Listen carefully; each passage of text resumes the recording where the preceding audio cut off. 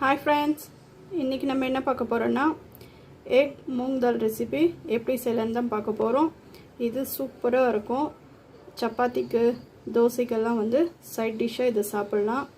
Taste அட்டகாசமாக இருக்கும். வாங்க இதை எப்படி செய்யலான்னு பார்க்கலாம்.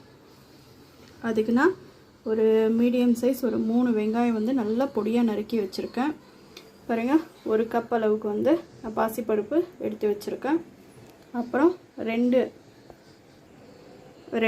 நல்ல பழுத்த தக்காளியாக எடுத்து கட் பண்ணி வச்சுருக்கேன். கொஞ்சமாக ஒரு அரை கைப்பிடி அளவுக்கு கொத்தமல்லி தழை, 2 பச்சை மிளகா. வாங்க இது எப்படி செய்யலான்னு பார்க்கலாம். இன்றைக்கி நான் இந்த டிஷ்ஷை வந்து குக்கரில் தான் செய்ய போகிறேன். பாருங்கள், அடுப்பு ஆன் பண்ணி குக்கர் வச்சு குக்கர் நல்லா ஹீட் ஆகிடுச்சு. ஹீட் ஆனதுக்கப்புறம் தேவையான அளவு எண்ணெய் சேர்த்திக்கிட்டோம். எண்ணெய் நல்லா ஹீட் ஆகட்டும். எண்ணெய் நல்லா ஹீட் ஆகிடுச்சு. நம்ம பொடியாக நறுக்கி வச்சுருக்கிற வெங்காயம் சேர்த்துக்கிட்டோம். வெங்காயம் நல்லா வதங்கணும். பச்சை வாசனை போகிற அளவுக்கு நல்லா வதங்கணும். வெங்காயம் நல்லா வதங்கிட்டு வெங்காயம் வதங்கும் போதே இதுக்கு தேவையான அளவு உப்பு சேர்த்துக்கலாம். வெங்காயம் நல்லா வதங்கிடுச்சு. இப்போ இதில் வந்து தேவையான அளவு இஞ்சி பூண்டு பேஸ்ட்டு சேர்த்துக்கலாம். இஞ்சி பூண்டு பேஸ்ட்டு நல்லா பச்சை வாசனை போகிற அளவுக்கு நல்லா வதக்கிட்டோம். இஞ்சி பூண்டு பேஸ்ட்டு வந்து வதங்கும் போதே வந்து நம்ம மூங் தால் சேர்த்துக்கலாம். அப்புறம் வந்து சீக்கிரமாக வெந்துடும். இப்போ இதில் கட் பண்ணி வச்சுருக்கிற தக்காளி, கொத்தமல்லி, பச்சை மிளகா இந்த 3த்தையும் சேர்த்துக்கலாம்.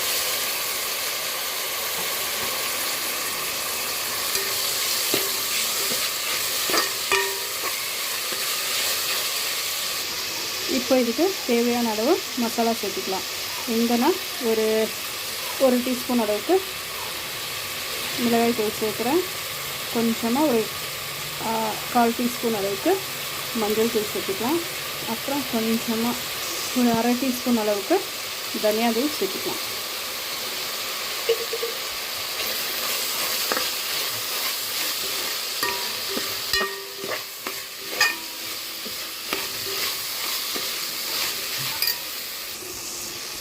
பாருங்கள், இது நல்லா தக்காளி வந்து நல்லா மேஷ் ஆகணும்.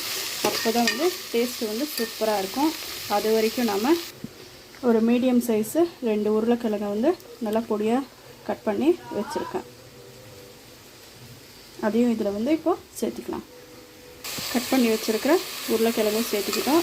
இதையும் நல்லா கிளறி போடலாம்.